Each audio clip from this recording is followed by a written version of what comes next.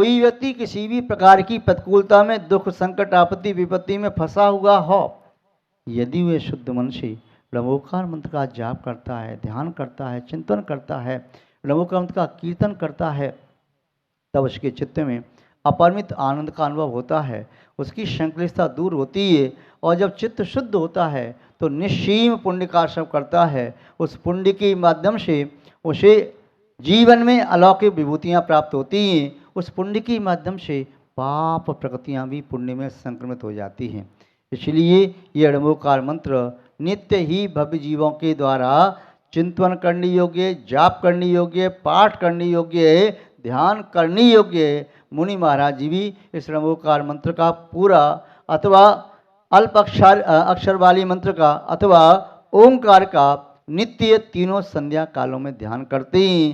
बिना अड़ंबोकार मंत्र के तो मुनि महाराज की एक भी क्रिया संपन्न नहीं होती।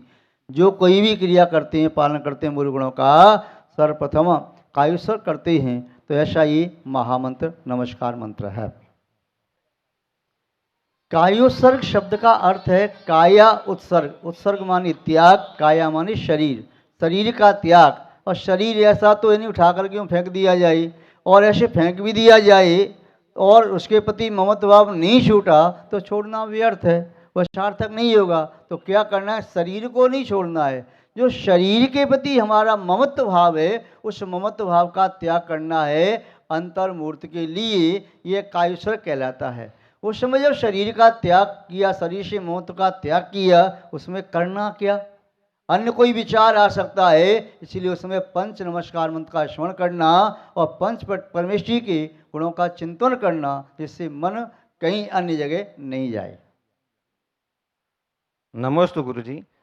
मूल श्लोक में जो राक्षसः शब्द आया है, तो राक्षस की परिभाषा आगम के अनुसार क्या बनती है? देखिए, राक्षस एक तो कुल का नाम है। राक्षस कुल में रावण आदि महापुरुषों ने भी जन्म लिया। एक महाराक्षस नाम का विद्याधर था, मोक्ष प्राप्त किया उसने। एक तो राक्षस वंश का नाम है। दूसरा व्यंतर, किन्नर, किम पुरुष, मौर, गंधर्व, यक्ष, राक्षस, भूत, पिशाचा, उसमें भी राक्षस आता है। तो व्यंतर आदि देव उस व्यक्ति को परेशान नहीं करते। या वर्तमान काल में पंचम काल है और चंद्रगुप्त के 16 सपनों में दिया है घर घर भूत नाचेंगे। व्यक्ति वे इन व्यंतरों से परेशान हो जाएगा। और कोई कहता है हमारी दुकान बांध दी, कोई कहता है हमें स्वास्थ्य खराब है, डॉक्टर कहता है चेकअप किया बॉडी का, कोई रोग नहीं है, भूख नहीं लगती, प्यास नहीं लगती, सिर भारी रहता है या वक्षस्थल भारी रहता है, या किसी काम में मन नहीं लगता, पड़ी रहती है, या कभी दांती बिछ जाती है या मूर्छा आ जाती है। तो ये परेशानियाँ मंत्रों के द्वारा पंचम काल में की जा रही हैं। और उनको ठीक करने के लिए व्यक्ति क्या करे, ब्रह्मोकार मंत्र पर श्रद्धा तो करता नहीं, कहाँ चला जाता है, मुसलमानों के पास या कहीं और के पास, तंत्र के पास चला जाता है। वो 4 दिन के लिए ठीक कर देते हैं जिंद विद्या के माध्यम से किसी से, और 4 दिन के बाद फिर जो कितने कर देते हैं। फिर द्वारा जाओ, तो उन्हें पैसे दे करके आओ, तो उनका धंधा चलता रहता है, वैसा करते रहते हैं। किंतु जैन शास्त्र में दिया है कि ब्रह्मोकार मंत्र का स्मरण करो तो फिर ये भूत प्रेत की बाधा परेशान नहीं करती। श्रद्धा रखो। यदि शब्द के माथा ठिकाते फिरोगे, कहीं आपकी श्रद्धा नहीं है, तो फिर तो तुम्हारा कुछ भी काम सिद्ध होने वाला नहीं। हो गया कभी भाग भरोसे तो अलग बात है, अन्यथा नहीं होगा। किंतु एक साधे सब सदें, सब साधें सब जाएं, जो तू सेवे मूल को फूले फले लगाए। एक महामंत्र का आप सेवन करो, स्मरण करो, जाप करो, निष्ठा के साथ पंच प्रविष्टि का जाप करते रहो, तो आपके सर्व विघ्न बाधा दूर हो जाएंगी। रोग आदि भी होंगे नहीं। यदि हो गई पूर्व कर्म के उद्देश्य से, तो शनि शनि वे भी शांत हो जाएंगे। नमस्ते गुरुदेव। कई विद्वान की ऐसी मान्यता है कि नमोकार मंत्र का जब तक स्मरण करो तब तक पापाश्रव नहीं होता है, पाप का क्षय नहीं कर सकता। फिर हमने पूछा कि ऐसा होता तो सर्व पाप प्राणाशनो शब्द क्यों प्रयोजा, तो वो जवाब नहीं दे सके। मेरी भी ऐसी जिज्ञासा है कि ऐसा क्यों मानते हो, देखिए आगम के विरुद्ध क्यों मानते हैं? देखिए, सब लोगों की अलग अलग धारणाएं होती हैं। एक कहता है मीठा कभी जीवन में खाना नहीं, एक व्यक्ति कहता है मीठा जीवन में कभी खाना नहीं, नहीं तो डायबिटीज हो जाएगी और फिर तुम मर सकते हो। दूसरा कहता है मीठा तो खाना, मीठा पाचक होता है, शक्तिवर्धक होता है। तो सबकी धारणा अलग अलग हो सकती है, किंतु आचार्यों के वचन इस संबंध में क्या है, आगम के संदर्भ में देखें कि नमोकार मंत्र के माध्यम से वास्तव में क्या कर्मों का नाश होता है। तो देखो ऐसा देखा जा सकता है, कई बार कुछ काम इनडायरेक्ट भी होते हैं। कैसे? जैसे आपने किसी को वस्तु हाथ में नहीं दी, आपने दूसरे व्यक्ति को दे दी, उसने उसको दे दी, वह कहता है मुझको तो उसने दी ही नहीं, परंतु उसके पास कहाँ से पहुँची? आपके पास पहुँची। ऐसे ही नमोकार मंत्र के माध्यम से शुभ आशव होता है, नियम से यदि मन लगा हुआ है तो। नमोकार मंत्र से के माध्यम से नियम से पुण्य का बंध होता है, यदि मन उसमें लगा हुआ है, मन उसमें कार्य लगे हैं तो। तीसरी बात, नमोकार मंत्र के माध्यम से पाप प्रकृतियाँ पुण्य में संकृत हो जाती हैं, और पाप प्रकृतियाँ पुण्य में संकृत हो गई तो क्या हुआ? पाप नष्ट नहीं हुआ क्या? जो पाप पुण्य बन गया, अंधकार यदि प्रकाश में परिवर्तित हो गया सूर्य के उदय होते ही, तो अपन ये नहीं कह सकते कि अंधकार नष्ट हो गया। कह सकते हैं अंधकार नष्ट होता नहीं कभी। फिर व्यवहार में क्या कहते हैं कि सूर्य का उदय होते ही अंधकार क्या कहते हैं? नष्ट हो जाता है। वे पुद्गल के परमाणु थे जो अंधकारमय थे, सूर्य का उदय होते ही वही परमाणु प्रकाशमय हो गए। ऐसे ही नमोकार मंत्र के माध्यम से जो पाप कृतियाँ थीं, तो उसके माध्यम से वे पुण्य में बदल गईं। इसका आशय क्या हुआ? पाप कृतियाँ नष्ट हो गईं। और आप जानते होंगे नरेंद्र जी, जब श्रेणी चढ़ते मुनि महाराज या सम्यक प्राप्त करते हैं द्वितीय सम्यक को, तो क्या करते हैं? कषाय के द्रव्य को अन्य द्रव्यों में परिवर्तन कर देते हैं, विसंयोजन जिसे कहते हैं। तो उसका कोठा खाली हो गया, उसे जला दिया, 40 समुद्र प्राप्त कर लिया। तो अंतर्बंदी प्रत्यय खान में, प्रत्यय खान संयोजन में, और बादर्शी सूक्ष्म में चलते चलते सूक्ष्म लोगों को नष्ट करते हैं। कोई कहिए तो कभी नष्ट होती नहीं, हाँ ऐसे नष्ट नहीं होती हैं, किंतु उसका द्रव्य कन्वर्ट होता चला जाता है, और फिर लास्ट में जब आता है तो उसे नष्ट कर दिया जाता है। ऐसे ही नमोकार मंत्र के माध्यम से डायरेक्ट प्रकृति नष्ट नहीं होती है, किंतु उसके माध्यम से ऐसे कन्वर्ट होकर के उसकी सत्ता का अभाव हो जाता है। ठीक। और कोई क्या आगे बढ़े?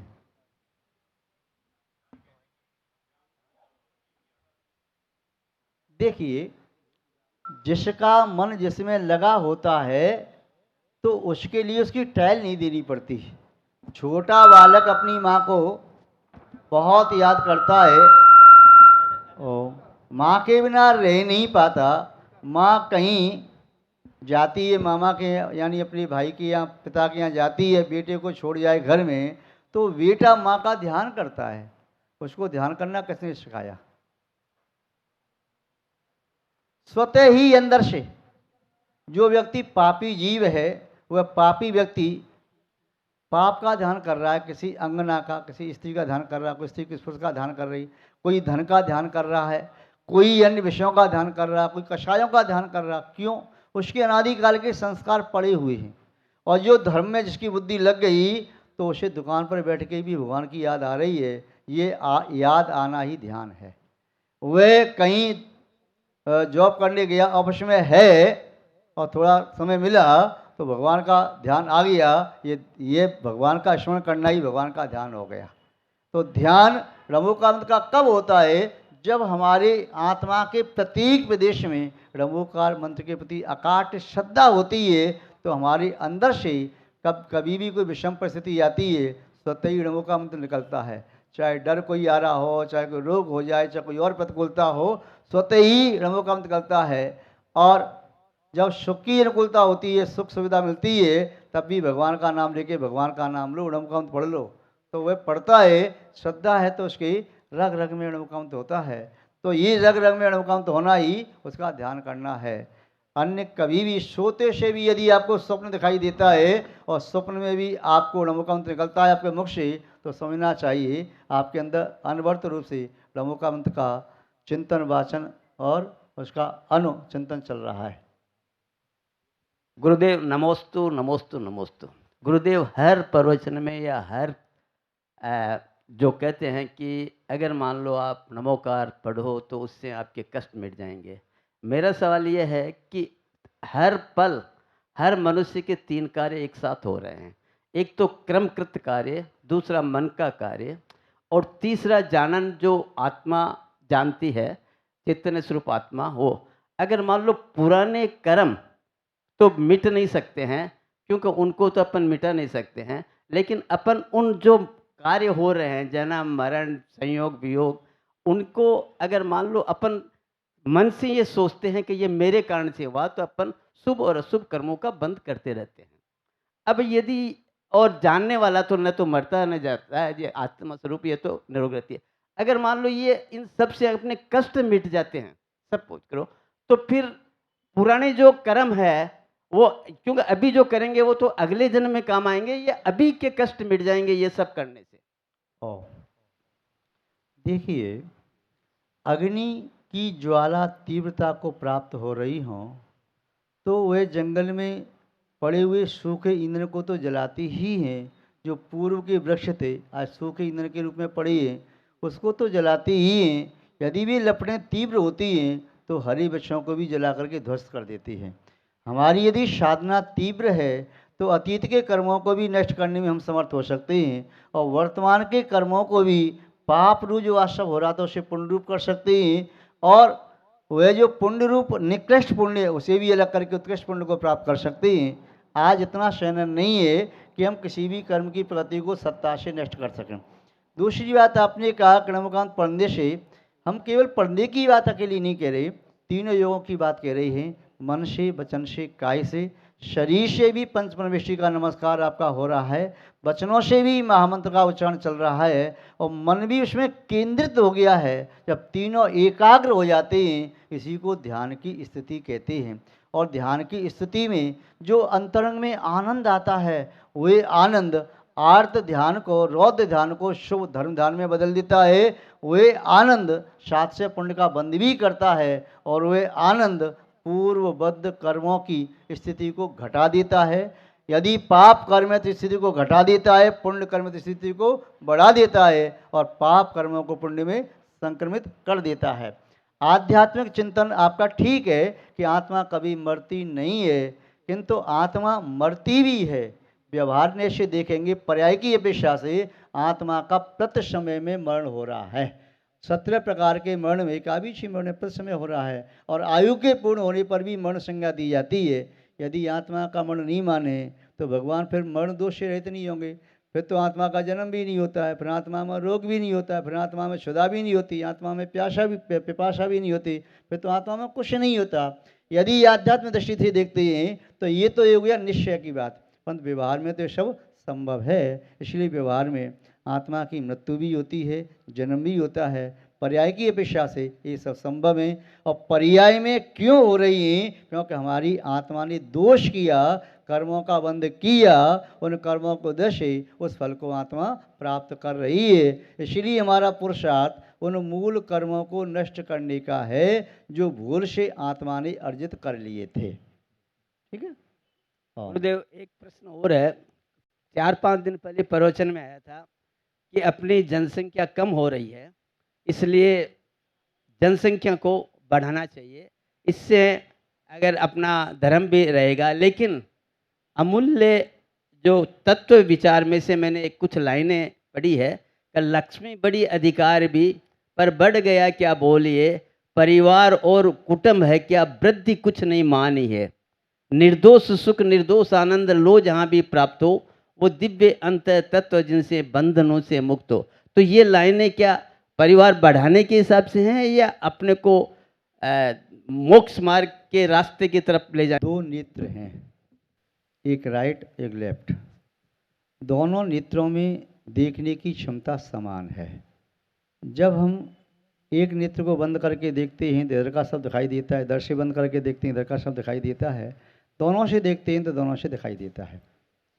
ऐसे ही हमारे पास वस्तु तत्व को समझने के लिए दो नए हैं, निश्चय और व्यवहार। मुख्य रूप से व्यवहार की भाषा में आपने जैसे सुना होगा कहीं से कि परिवार बड़ा हो, जिससे हमारी संख्या बढ़ेगी तो हम धर्म को बढ़ा सकेंगे। ये राजनीतिक कथन है। इस कथन का संबंध धर्म से ज़्यादा नहीं है। सामाजिक कथन भी कहीं जोड़ सकते हैं, किंतु धर्म आत्मा की वस्तु है, संख्या बढ़ाने से धर्म का नियामक संबंध नहीं है। दूसरी बात ये पंचम काल है, धर्म ह्रासमान अवस्था को प्राप्त है, और शनई शनई जैन धर्म का अनुपालन करने वाले, अनुकरण अनुसरण करने वाले कम होते चले जाएंगे। जो संख्या पहले चौथे काल में लगभग 98% हुआ करती थी, 95 हुई, 90%, फिर 90 से 85, 80 और 75, घटते घटते 50 और घटते घटते वह फिर 40 और 30 और 20, इसके बाद 10%। अब 10% घटते घटते हो सकता है 1-2% ही रह गई हो। तो भारतवर्ष की अपेक्षा से, विश्व की अपेक्षा से तो ये परसेंटेज बहुत कम है। महानुभाव, तो ये किसी ने बात कही, एक परिवार बड़ा हो, ये राजनीतिक बात हो सकती है, हमारा बहुमत होगा, वोट ज़्यादा होंगे तो फिर हम सब कुछ कर सकते हैं, किंतु सामाजिक अपेक्षा से भी व्यक्ति अपने कर्तव्यों का पालन यदि कर सकता है, सकुशल जिंदगी जी सकता है, तो उसके पास यदि संतान 1-2 है तो ठीक है, और यदि नहीं है तब भी अपना जीवन जीता है। अब दूसरे पक्ष से देखें, निश्चय की अपेक्षा से, तो न तो कोई परिवार, न कोई स्त्री, न कोई पुत्र, न कोई भाई, न कोई बांधव, मेरी आत्मा है, मेरी आत्मा का कल्याण मुझे करना है। अकेला हूँ तभी मुझे कल्याण अकेले करना है, 100 के बीच में हूँ तभी निकल करके मैं अकेला आऊँगा, अकेला ही कल्याण करना है। प्रत्येक आत्मा अपना कल्याण करती है, कोई भी हमारी आत्मा का कल्याण नहीं कर सकता। हमारी आत्मा का कल्याण हमें करना है, निमित्त किसी को बना सकते हैं। तो महानुभाव, बात ये है कि हम परमार्थभूत देवशास्त्र गुरु के निमित्त से अपनी आत्मा के स्वरूप को जाने, पहचाने, सम्यक्त आदि गुणों को प्राप्त करें, तभी हम अपना कल्याण कर सकते हैं। एक शब्द आपके उसमें आया था कि आनंद जहाँ मिले वहाँ से लीजिए, तो ये शब्द थोड़ा सा जैन दर्शन से कुछ बहिर्भूत है। जहाँ मिले वहाँ से लीजिए, ये शब्द कहने से थोड़ा सा लोक व्यवहार में बाधा आती है। यदि आप दूध भी पीना चाहेंगे तो शाकाहारी होटल पे पिएंगे, मांसाहारी होटल में दूध पीना नहीं चाहेंगे। दूध तो वही है, किंतु वह लोक व्यवहार के विरुद्ध स्थान है। इसलिए आनंद की परिभाषा जब तक हमने नहीं जानी है, तब तक हम कहेंगे कि जहाँ से आनंद मिले वहाँ से लीजिए, और जब परिभाषा जान लेंगे तो कहेंगे आनंद आत्मा में है, आत्मा में से लीजिए, और कहीं बाहर तो मिलेगा ही नहीं। इसलिए कोई व्यक्ति कहेगा मैं तो आनंद विषयों का सेवन करके लेता हूँ, कोई कहता है मैं तो कषायों का पोषण करके लेता हूँ, कोई कहता है मैं तो पाप करके लेता हूँ, कोई कहता है मुझे तो शैतानी में आनंद आता है, कोई कहता है मुझे हिंसा में, किसी को झूठ में, किसी को चोरी में, किसी को प्रगृह में आनंद आ रहा है। आनंद तो सभी ले रहे हैं, किंतु ये सभी आनंद सम्यक नहीं है, ये मिथ्या हैं। ये आनंद दुर्ध्यान की कोटि में आते हैं और पाप के कारण है। इसलिए हमें आनंद कहाँ से लेना है? या तो देवशास्त्र गुरु के समीप में बैठ करके, या अपनी आत्मा के समीप में बैठ करके, या आत्मा में निवास करके शुद्ध आनंद को प्राप्त करना चाहिए।